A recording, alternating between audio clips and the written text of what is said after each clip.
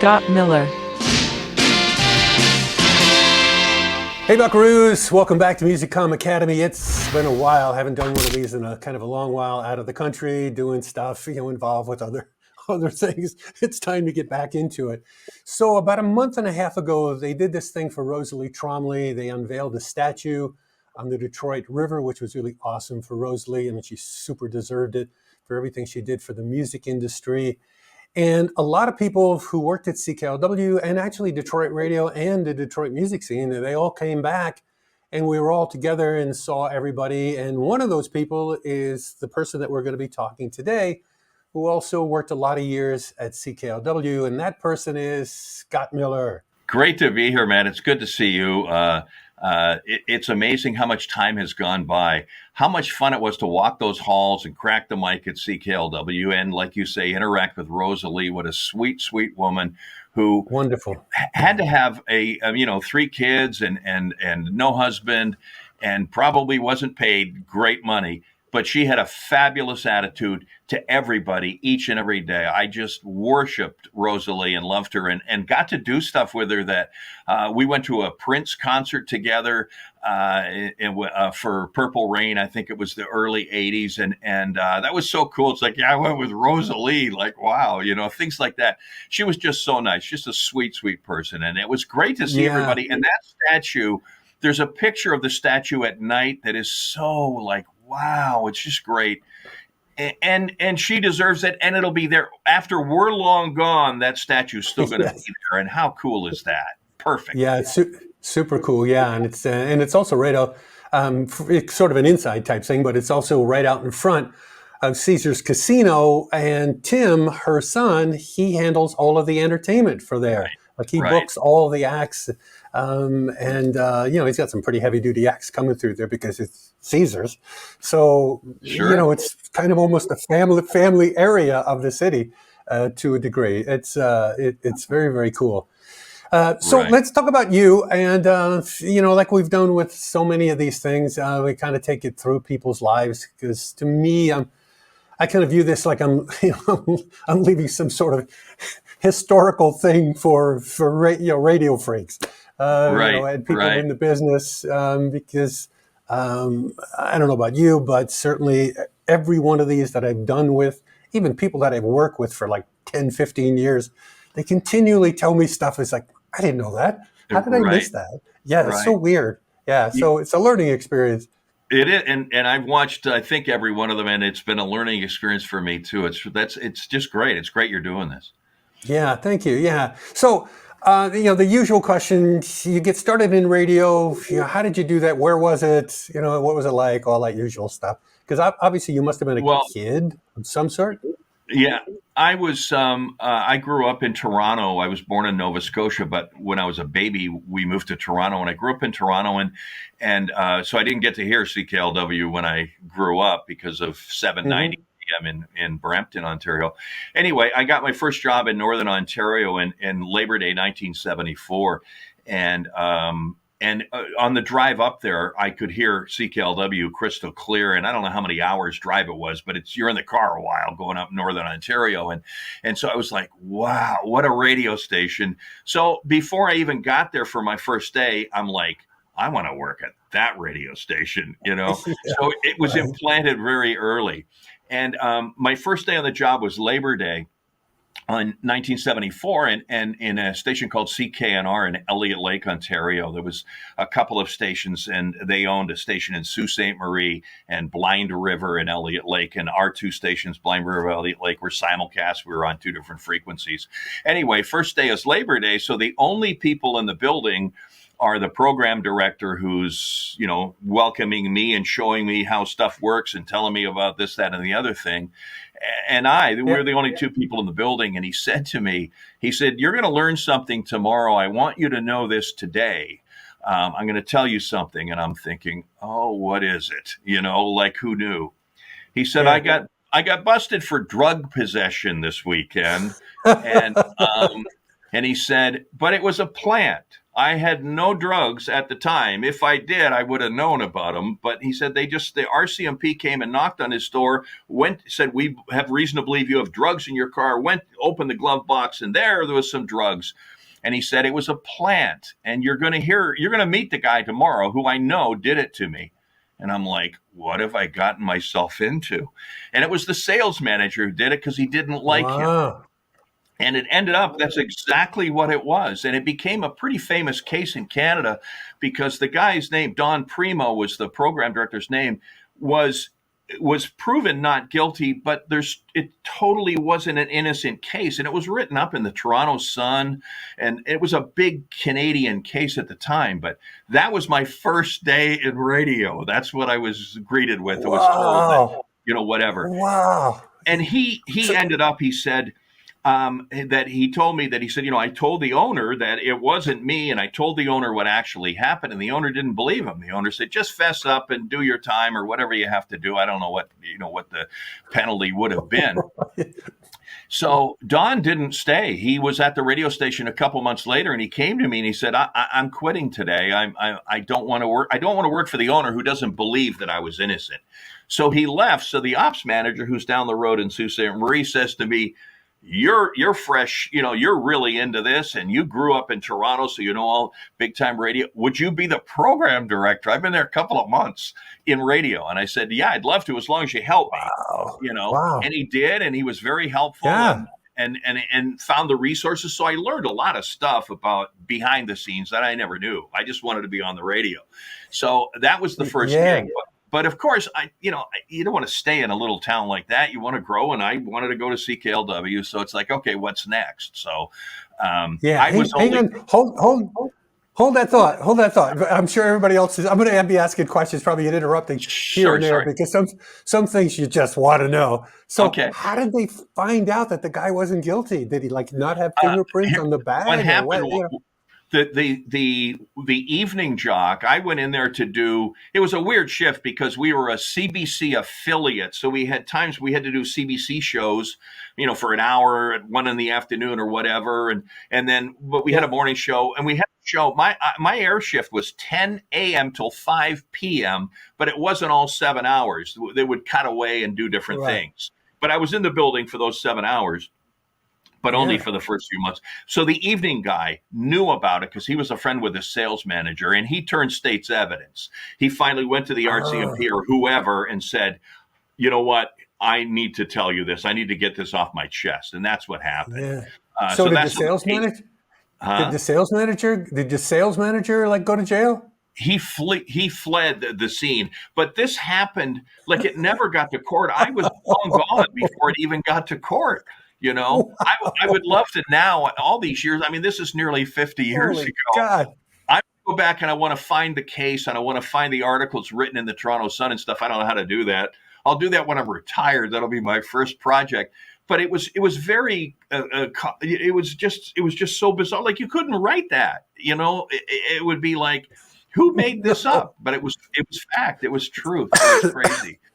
And poor Don, basically, he was from that town and was going to stay there his whole life. He was the morning guy, the PD, and he ended up saying, I can't take this. And he went and worked at the mines. He gave his job up.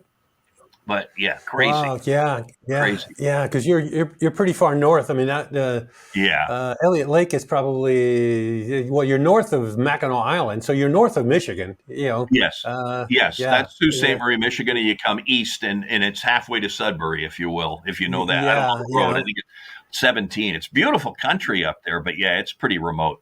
Yeah. Wow. So after that, moving on. After that, you decide, okay, I got to leave Elliott Lake, and this fiasco going on around me, and you go where?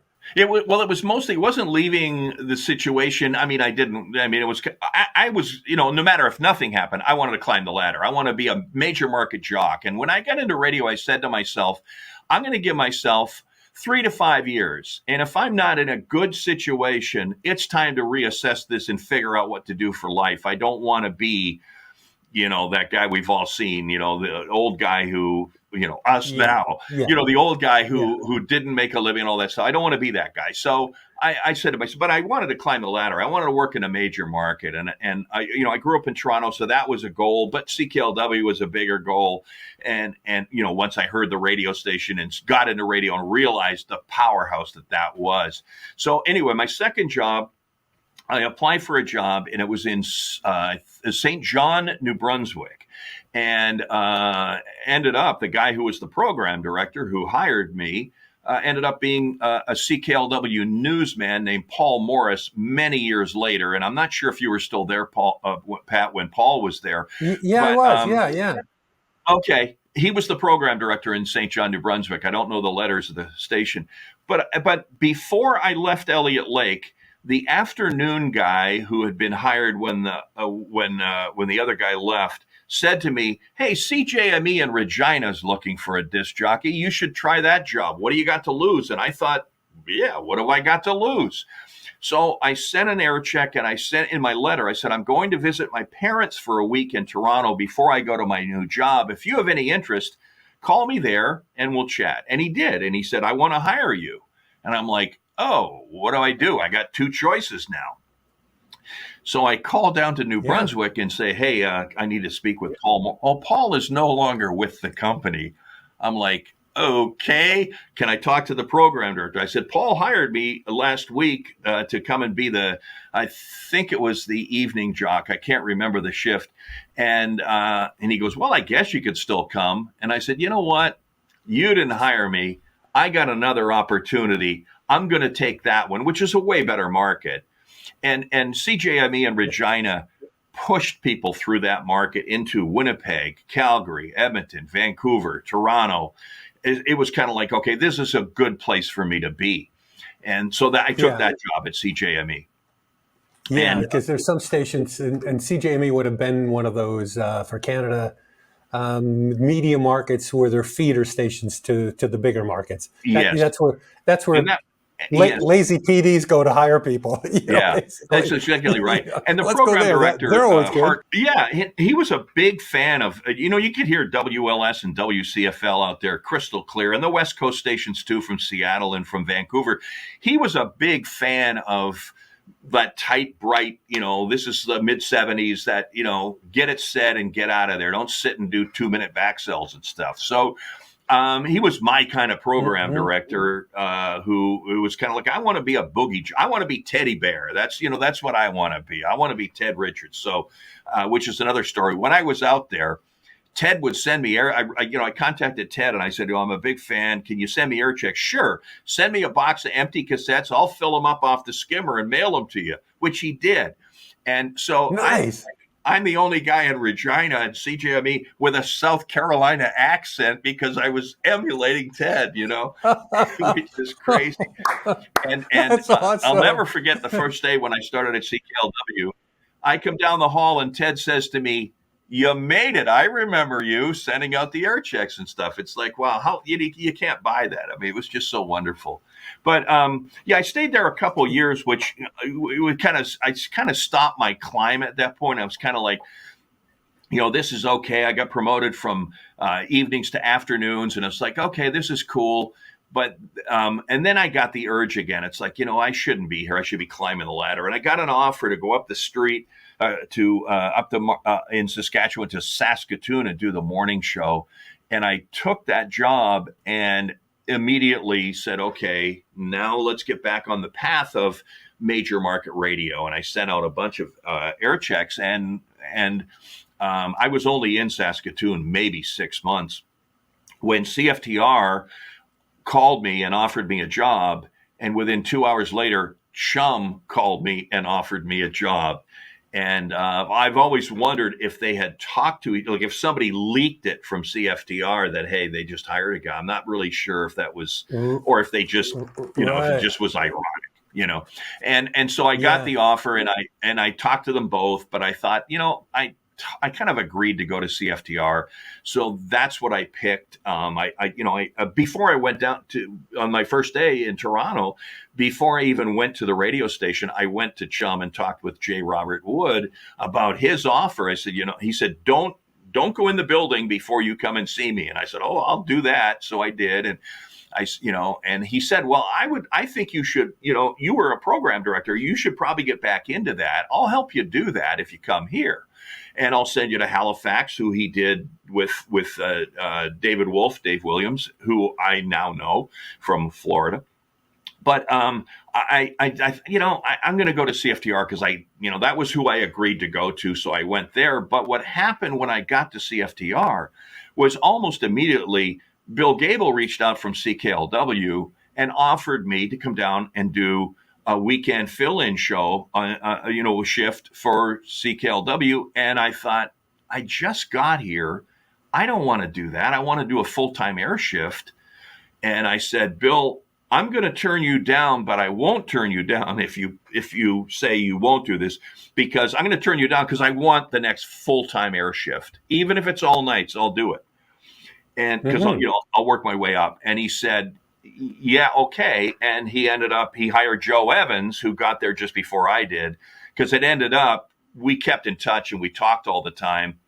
And CFTR was going through a lot of changes. The GM left and the program director left and different people were coming in. And I'm like, I've only been there a few months. And I'm like, okay, is this my third guy I'm working for? And you know how that goes.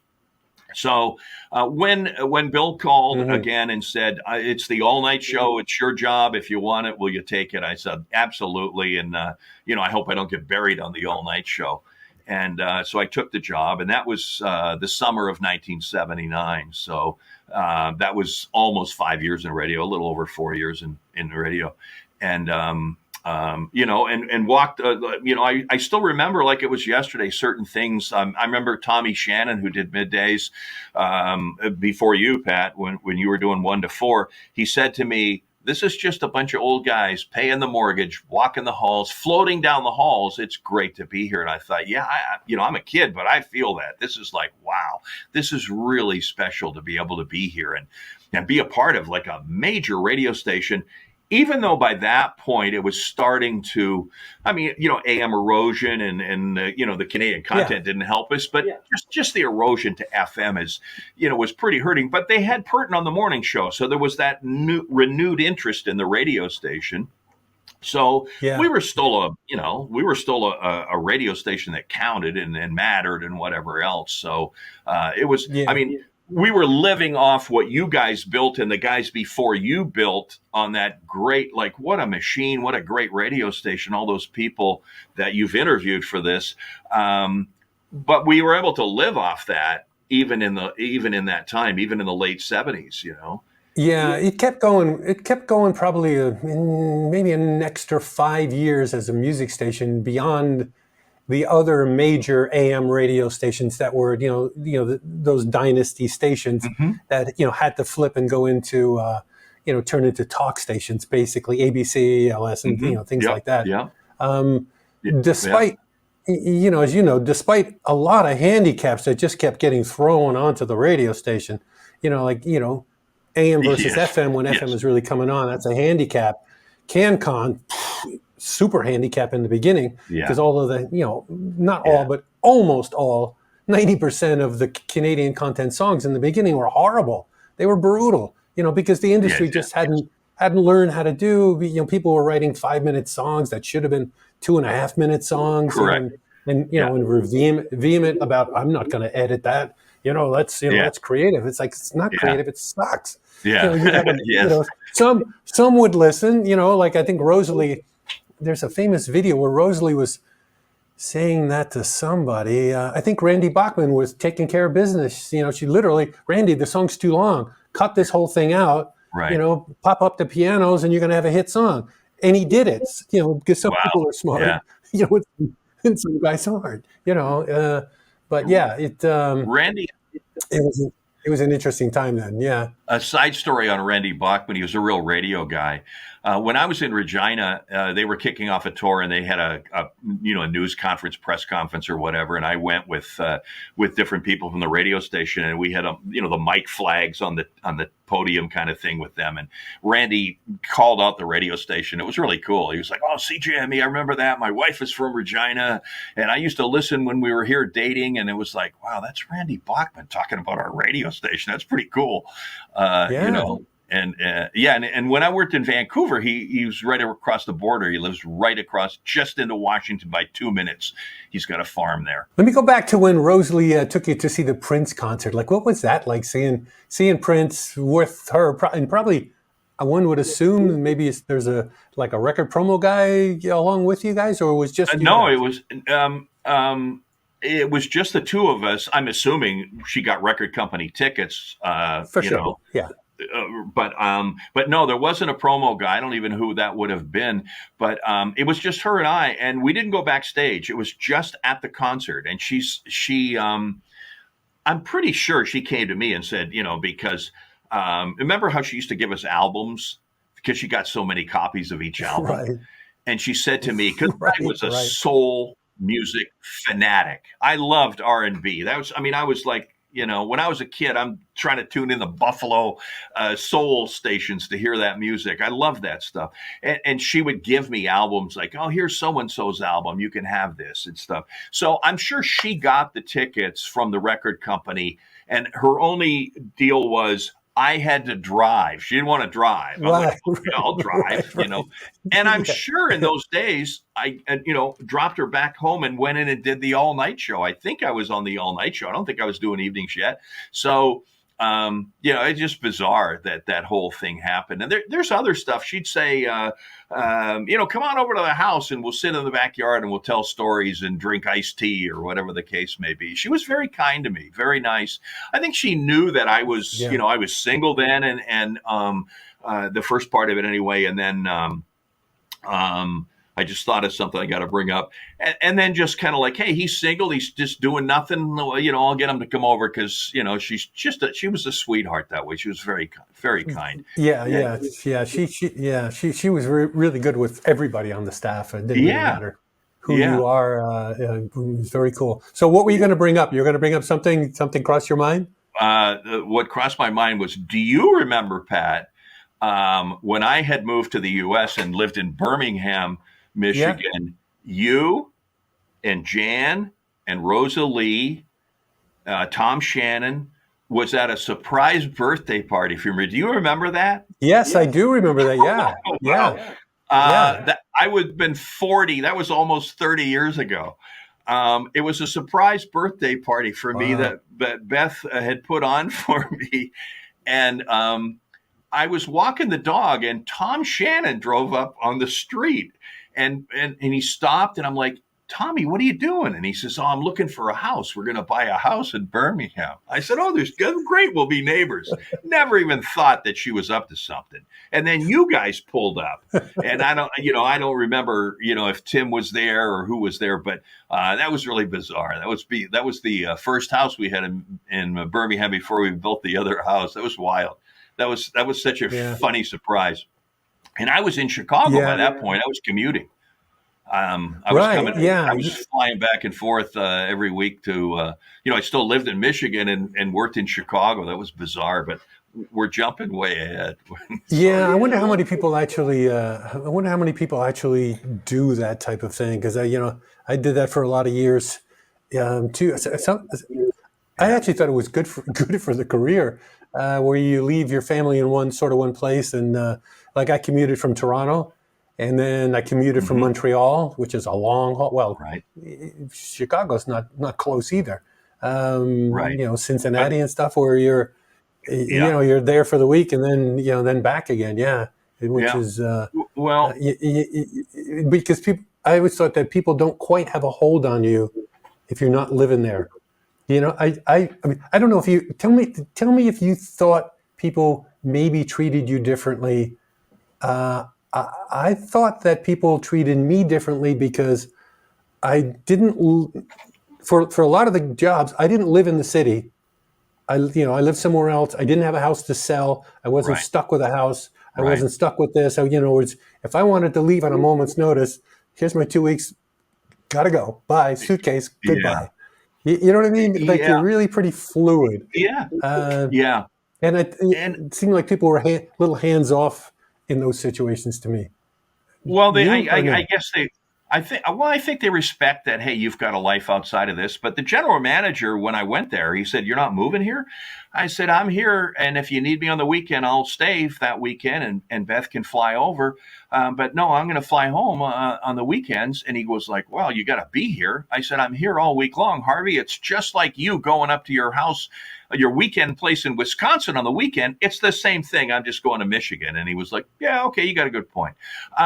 And it was really good. But here's what happened to me when you are in one place working and your spouse is in the other place working. Um, Sometimes you want to be there, like I want to do stuff. And then Yeah. on the Yeah. weekends, it's kind of like I'm missing this on the week. So it's kind of like where am I and whatever. Here's what happened though. We did that for almost 10 years, 9 years it was. I moved back to Michigan, and within 2 years we were divorced. So, so who knows what happened? I know we grew apart is basically it. Y- But the y- reason we did it Yeah. was because she was an attorney doing extremely well. I was like the little guy making a little bit of money here and there, going out to do radio, and I was very well paid in Chicago, but nothing like she pulled down. So it Yeah. was kind of like we did it for like, why wouldn't we do that? But Yeah. I know what you Yeah. mean. It's a very different thing to kind of not be there. It's harder though because you're on the air talking about stuff that you don't know. Like when I lived in Chicago, I didn't go to the suburbs very often. I was right downtown, and that's not where the listeners are. There, you know what I mean. So, but it was great. I wouldn't change a thing. And like you said, it's hard on family. I mean, especially if you have kids, because Yeah, I mean, they grow up in a normal environment, which is cool. In that they're in a solid place for their entire growing up, but you miss a lot of stuff. That things that are going on, you yeah, just do. It's kind of yeah, no, there's no way around that. But yeah, but it is what it is. So yeah, after CK, you did a couple stations in Detroit. yeah. One of them was Kiss. Was that still disco at the time, or that had? No, it was oldies at the time. Oh, okay. Kiss 102.7, and I didn't stay long. I went over there and I did afternoons, and they changed program directors, and the new guy came in and said, "Okay, this is the way it's going to be. You're going to work weekends, and you're going to do this." And I'm like, "No, I'm not." I cut a deal with the previous PD and the general manager, and I'm not gonna. I'm not. No, I'm not gonna do that. And he was a different guy. One of the things he said to me was, "I just want you to know something, Mister CKLW. I was a Keener 13 fan, not a CKLW fan." And I'm like, "What has that got to do with anything? Don't that's all in the past. I'm here now. Blah blah blah." So I ended up leaving, and I went to WOMC, which was by that point also an oldie station. And that's how Hmm. I got to Chicago. Was they were sister stations, and I was at OMC, and Jack Fitzgerald, who was a consultant for both markets, both stations. I mean, Chicago and Detroit, is from Cleveland. Wonderful guy. Uh, Walking down the hall one day at WOMC, and he said, "How would you feel about working afternoon drive in Chicago?" And I'm like, "Are you kidding me? Of course I want. I would love to do that." Good. I'll set it up for you. You got Yeah. an edition. He wrote a letter. This is probably pre-internet. I think it was. Wrote a letter to Mel Karmazin, who was the CEO of Infinity, saying, "There's only one guy I'm recommending for the job in Chicago. It's Scott Miller out of Detroit." So of course Mel would have contacted the general manager, who contacted, you know, who is this guy? Why are we going to hire him? So I went into Yeah. Chicago and I auditioned, is what I did. They brought me in. They said, "We want you to go on the air." And I can't remember if it was a day or two. and it might have just been one day, and it was 3 to 7, or no, it was 2 to 6 then, and about 5:30 the PD came in. I said, well, that can mean one of two things. I didn't pass the audition and you're giving me a second chance, or I did and you want me to stay. He said, oh, no, you did great. I said, okay, I'll do it. He said, would you do the rest of the week for me? I'm like, sure, I'll do that, and worked it out with Detroit. But, and, that was afternoons in Chicago. So, of course, that was like, wow, that was what a great job that is. And it's an amazing, Detroit's was a great, I don't know what it is now, a great radio market. But Chicago was like, wow, even they just love radio in that town, and the personalities, and, all the different people. It was really, it was, again, a great gig, a fun time. It was amazing. Yeah, no, that's a very. I mean, afternoon drive in Chicago at a major oldie station, pulling good numbers. That's a awesome gig. Were the Yeah. I know Dick Biondi was there. Were there other like older Chicago heavyweights there too that people would recognize the name? Like, was Landecker there? Was Yeah, yeah, those type yeah. of people? Lou Jack, those kind of guys. Yes, John Landecker wasn't there when I got there, but came during. He went on to the morning show after I was there. Greg Brown is a Chicago name who worked in that market until he retired and never worked anywhere else. He started in the suburbs and worked downtown. He did middays. I did afternoons. Dick Biondi did evenings. And it's great. The weekend people are all like superstar jocks who got into other fields. They worked for an agency, or they did this, that, or the other thing. So we had weekend people who were like, wow, they're good, because they were interested in doing it for fun. The station I was at, WJMK, had a lot of big names go through it, and did mornings over the years. Detroit, the Detroiters that did it too. So yeah, there was big names. Working with, like, hey, I'm working with John Landecker, I'm working with Dick Biondi. Those guys, when you walk the streets, people knew who they were, and I was lucky enough to be the afternoon guy. So yeah, it was wonderful. I loved it. Did everybody sort of seem equal in the place, or not? You know what I mean? I think socially, everybody kind of did their own thing. You came in and worked. You did your shift. There was people who, like, don't come into the studio when I'm on the air. You wait until I've introed you in the last song. Whatever. Like, everybody works differently, and that's fine. I respect all that. Yeah. But I don't remember when I first got there. Dick Biondi treated me like gold. He's like, okay, I'm going to teach you who you need to know in this city, and blah blah blah. And at that time, he hadn't got remarried yet. He lived right across the street on Michigan Avenue in an apartment. So he came down the elevator, crossed the street, and went up the elevator to work. But he introduced me to everybody, which was amazing, because Dick Biondi was massive in that town from the early days of WLS, when 1960, when rock and roll started. He was there, and he introduced me to people. But we would have lunch or whatever, and people would, like, nonstop coming up to the table. It's like, and Dick Biondi treated people like listeners. When you did appearances, he just treated them like gold. He was like, wow, you treat this person who's kind of down and out. And some of us might say, how fast can I sign the autograph and move on? He treated them like they were the president of General Motors, and I need to know you. He had that, he just loved being on the radio. That was his whole life. He loved it. And John Landecker is back on the air in Chicago at WGN. He does an evening talk show now.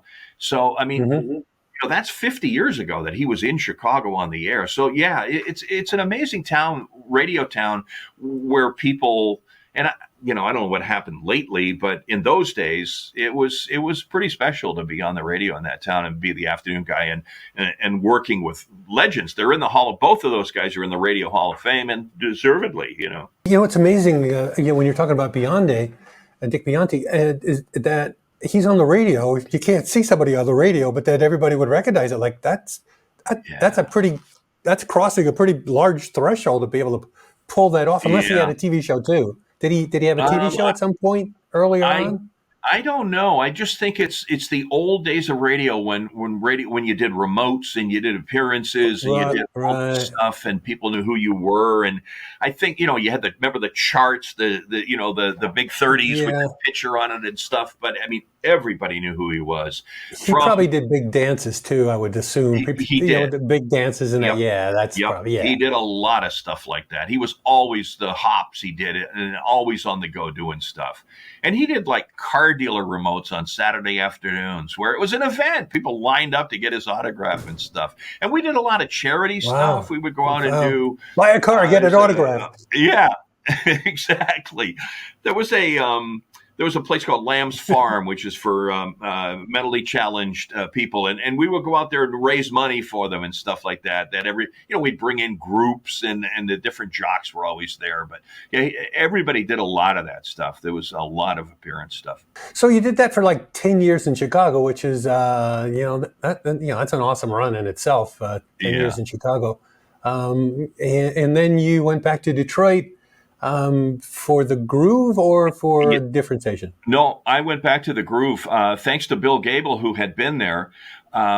Billy said, "I want you to know." I was still in Chicago and had not left yet, and Bill said, because I used to hang out with Bill on the weekends and stuff because Sure. he lived in downtown Birmingham when he worked at the Groove at the 555 building, and I lived not that many blocks away. And so we would hang out and stuff. And he said, I want to open the door for you at the Groove. I said, I would love to come back to Detroit after 10 years of Chicago.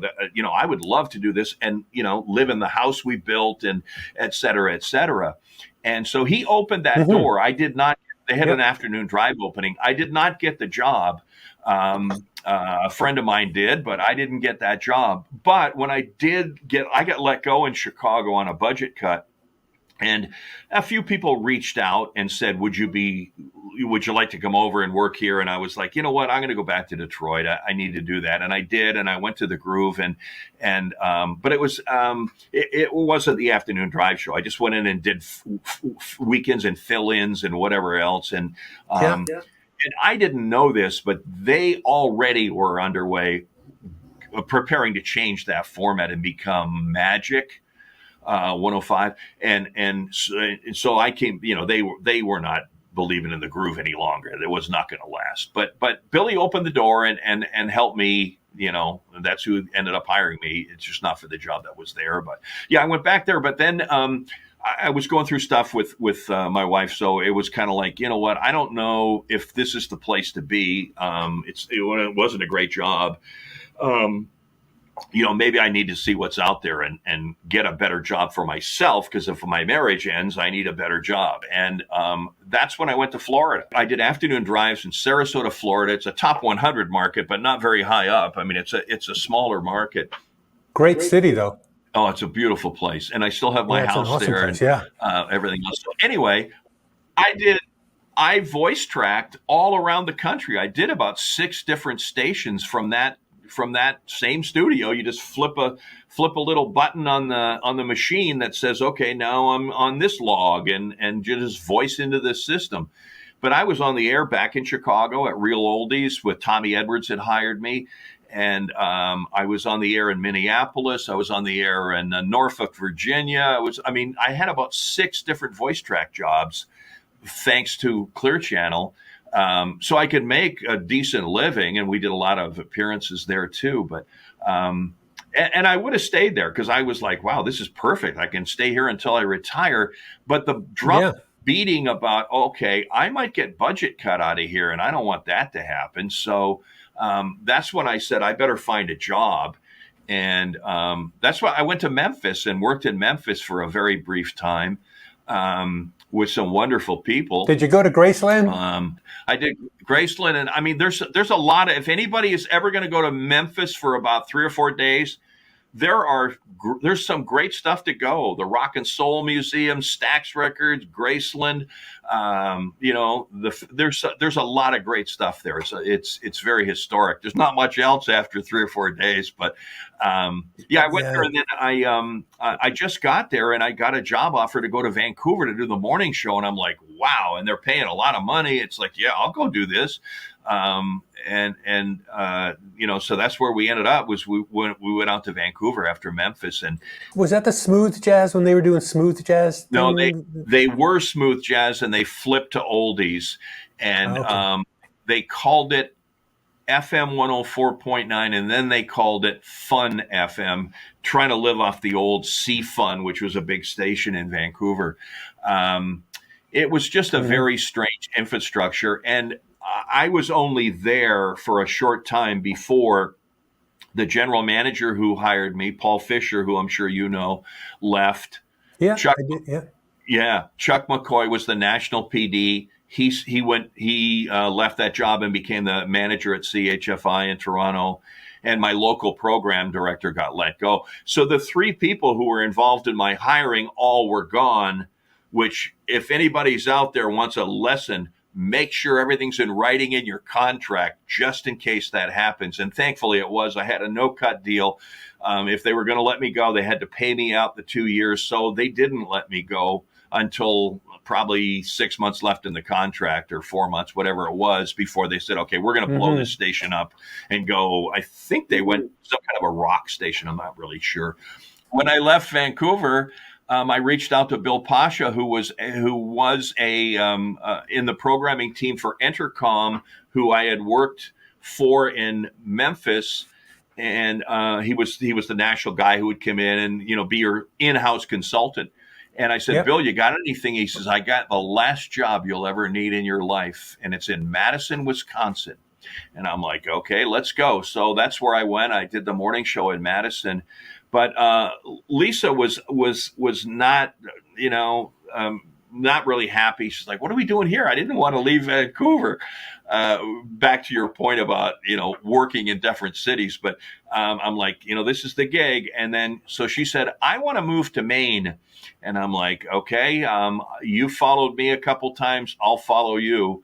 Get your job. We'll move to Maine, and I'll get a job." And that's where I ended up, and that's where I'm almost 8 years here. But I came here to retire, so it's pretty much time. We'll see. Is that pretty close to where that shooting was down the road? Yeah, The big shooting thing? Lewiston was the shooting, and it's probably an hour and a half from here. That's in Right. southern Maine. It's like down by Portland. Out Lewiston, Auburn is off of 95, so within an hour. But this is one of those states that is everybody's united. Everybody's got Lewiston Strong shirts for fundraisers, and Sure. we covered the shooting on our radio stations here in this cluster, and an hour and a half away, because it's just that kind of a state. It's a small state with not a lot of people in it, and that was the first time that ever had a mass shooting Hmm. like that in the state. So it became quite an event. Yeah, no, yeah, it's a big deal. It's a big deal. Do you still have the place in Sarasota? Is that where you're going to go retire? You do? Oh, so you're going to go retire down there, or you're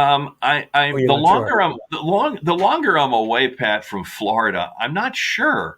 I kept the house, so I've got that to go to, but I've made a couple. I made 2 or 3 trips to the Carolinas, thinking, do I want to go back and forth every 6 months? It's a crazy life. So I thought maybe I could just get a place in either North or South Carolina. And I think I went 3 times to explore, and I'm more confused than I was before I went the first time. I don't know where to live. I have no clue.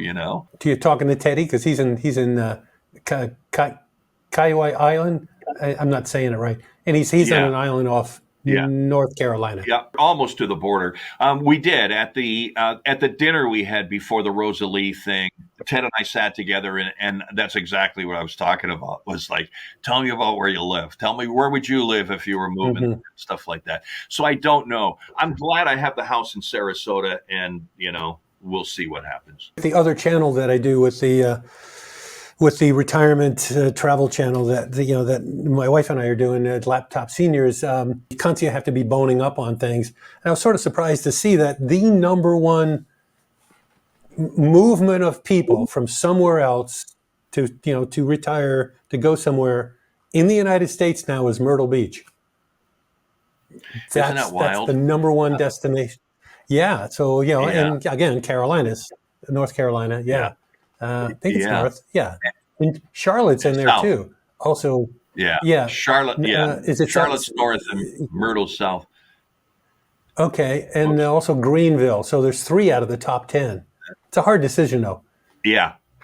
And I don't want to make it and then say, "Whoops, what did I do?" So I'll definitely err on the side of caution and not jump too quickly. Um, Yeah. but it's pretty curious in that it is really growing. So maybe I missed the boat because the cost of real estate there compared to Florida is like, wow, I'm going to get a mansion. You know what I mean? It's like, it's way lower. So I know with stats like you just said, it's going up. So we'll see what happens. I need to watch your retirement channel to figure out what to do because I'm still not positive. I don't want to work. I still, there's part of me that still says you're going to miss this. I honestly, I got up this morning at 3:30 to come to work and do the morning show.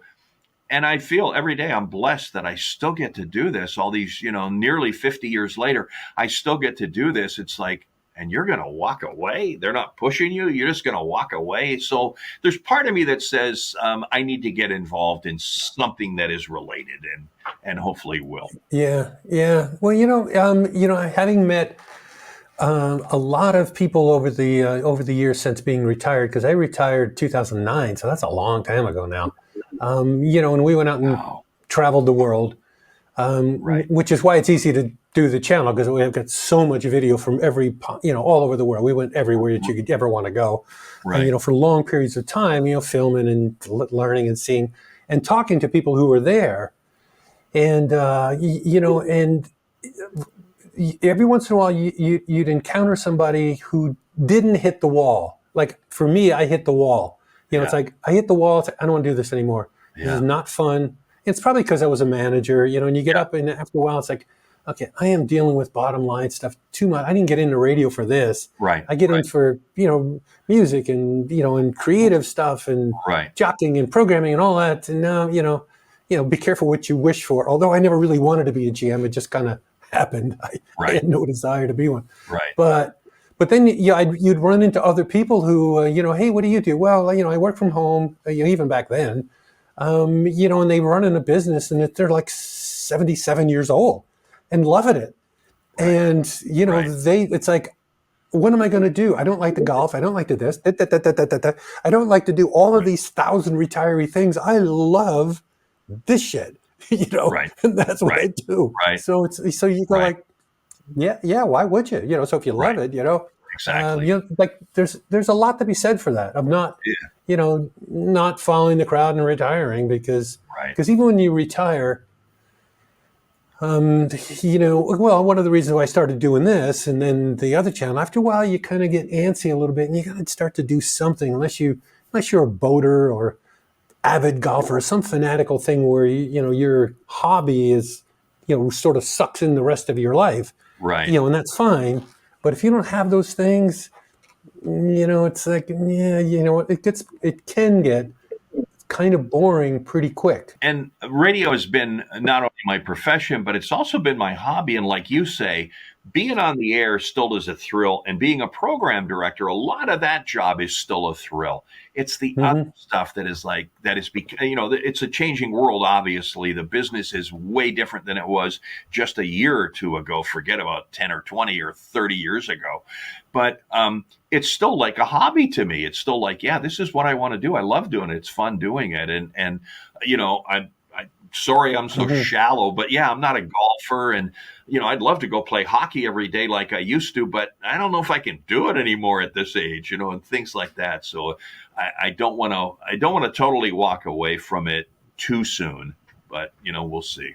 They made you the PD right out of the gate at that first station. Right. Were you PD in any of the other stations along the way?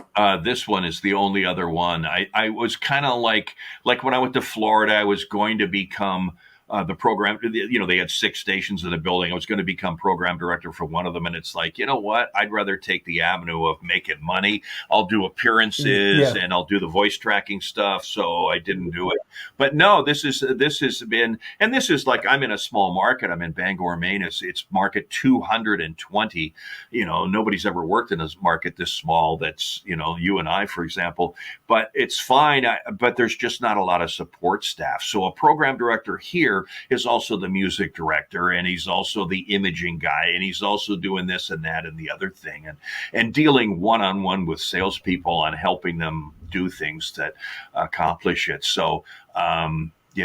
I just, that part it's a long day, but the other part, like if I could get what I had at CKLW, which was a 4-hour air shift, and that's it, or Chicago, a 4-hour air shift, and that's it, I'd do that again in a heartbeat somewhere. I'd love to do that. But those days are kind of, there's not as many jobs like that. Yeah. It's funny. I guess it would maybe best work on an oldie station. What I'm about to say is that it's funny. I was watching a Sylvester Stallone documentary that I think he put together himself, and it's great. It's on Netflix. I don't know if I think it's called Sylvester or Sly, something like that. It's awesome. It's cool. Really well done and really good. Yeah, and you learn things about him that's like, wow, I had no idea of any of that. How he grew up and all of that sort of stuff. But there's one section in there where he's talking about he's sort of on the tail end of his career. So this would have been maybe 5 years ago, 6 years ago.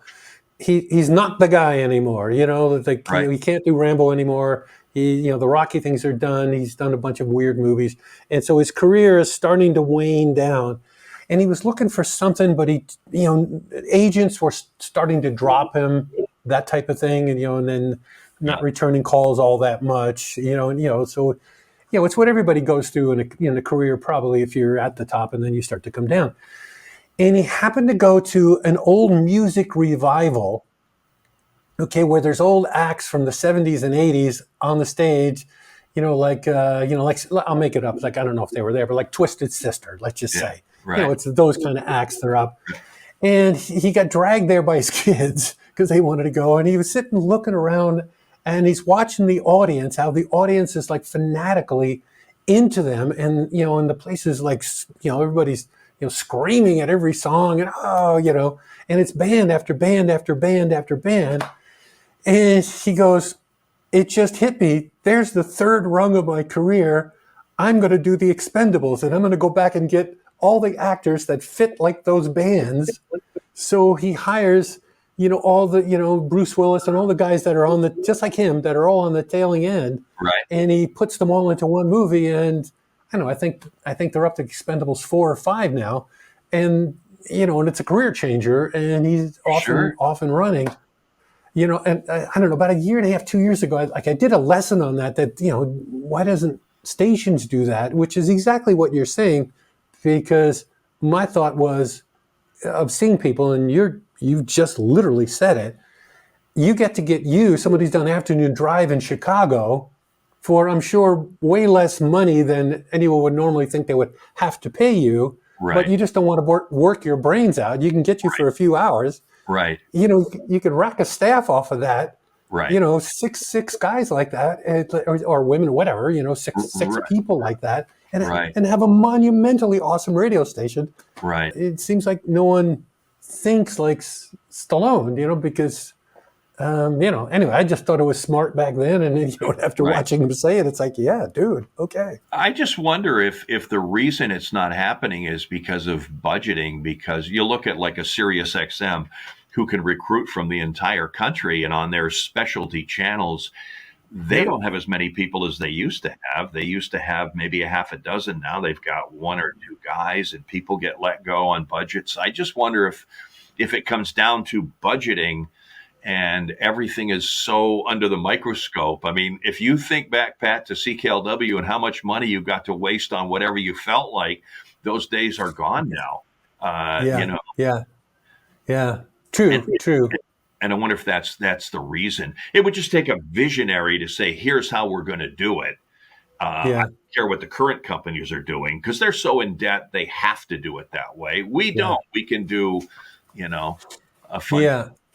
And even one of the big ones, it would seem, we're getting kind of off here, but it would seem like, okay, if you can't afford it on one, can you afford it on 2? Just, make 2 stations. The staff is on both. Right. You know what I mean? You're basically got a little mini network. If 2 doesn't work either for the money, all right, how about 3? Well, Right. three will work, four will work. Right. As opposed to VT and just take the literally same format, same show. But although it probably works best, kind of like what you had at MJK in Chicago, where they're Chicago Yes. concentric Right. stars. Dick Biondi in Houston be like, who's that? Yeah. you know, Right. Although Right. they would be still good, he'd still be good though. Yeah, you never Uh, know. It's you yeah, never know what's going to work, and maybe they can adapt and do things that appeal to everybody. You obviously you approach it differently if you're on a yeah. network than if you're on one station. Well, good luck with the just deciding whether to keep going in the biz or Yeah, call it a day, or maybe you can do both. You can catch kind of what you were talking about in Chicago, where those guys were doing weekends, but they were working at agencies. yeah, You're exactly. still in it. Yeah, Yeah, you're in it, but you're out. That kind of thing. Yeah, but both worlds right, going. Which would be right. actually pretty awesome. Well, I just very recently I had a contact, an email from a guy in Saskatoon who I had met when I worked there, who got into radio, rose the ranks, became somebody important, and has just retired. And he said, I remember what you told me, and that was if you want the job, don't wait for them to come to you. You go and camp in front of that program director's door and tell him, hey, there's nobody else but me. I'm your guy. And when he says no, go back tomorrow and say the same thing to him. It's kind of like it's all out there. The world is there. It's just figuring out a way to figure out what you want and what road you're going to take, as opposed to, well, I'll just wait and I'll sit at the house and do the crossword puzzle. Nobody's calling you. You have to make it No. happen. No. God, I can't tell you how much I used to tell that to my kids when they were, younger and, Yeah. going out into the world. It's like, and do it on paper. Be the odd person who doesn't do email. Yeah. And show up at the door and Yeah. stuff like that. Yeah. Which is what my daughter did and got her first law gig. So, they weren't even looking. So, okay, she seems nice. Right. It's amazing. I remember, and you know him, Jerry Forbes, who had a wonderful career out in Calgary. Jerry was at CFTR when I was there, and we were talking one night because I did evenings and he did overnights, and he said we were talking about how we got the jobs. He said, "Oh, I'll tell you how I got the job here. On a roll of toilet paper in crayon, I wrote, 'Hire me or I'll kidnap your kids,' and mailed it to the president of Rogers Broadcast. I don't think it was Ted Rogers. I think it was, I can't remember his name now. And he mailed it to him. So in today's world, that would get the police involved. But in those, he took it into the program director's office and said, 'This guy's whacked. Get him in here. Hire him. He's creative, It was, yeah. That's probably Jim Sword. Was it Sword or something? Yeah, Jim Sword. Yes, it was. Yeah. It was. Yeah. Jerry was a piece of work. Yeah, Jerry worked for me. He in Calgary. He was my morning guy for a ton of years, and great numbers, great guy, fun to work with. Just like, have you ever wanted a perfect morning guy? It's like, for a rock station, he was it. There was like, there's no doubt. Tremendous. He was, totally awesome. Yeah. And his whole family too was into it. He one night, I'm driving home and I'm listening to CFDR, and I think I got off at 1 a.m. it was 8 to midnight I did. So it's like say it's 12:30, went out for something to eat or whatever. 1 o'clock in the morning, he's on the air. He's faking an earthquake, and he's like, oh no, the building's shaking, and he's like, oh my God, and then goes into some Andy Kim song or whatever it would have been. It was just like, oh my God, I can't believe he's doing that. He's going to get in trouble for this. He was a very creative guy.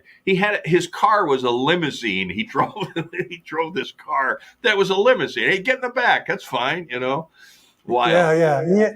He had one of those out in Calgary too. I think he actually traded it in for a hearse, and he would show up at remotes with the hearse with this thing painted on his side. How crazy! It's funny. There's just so few of those.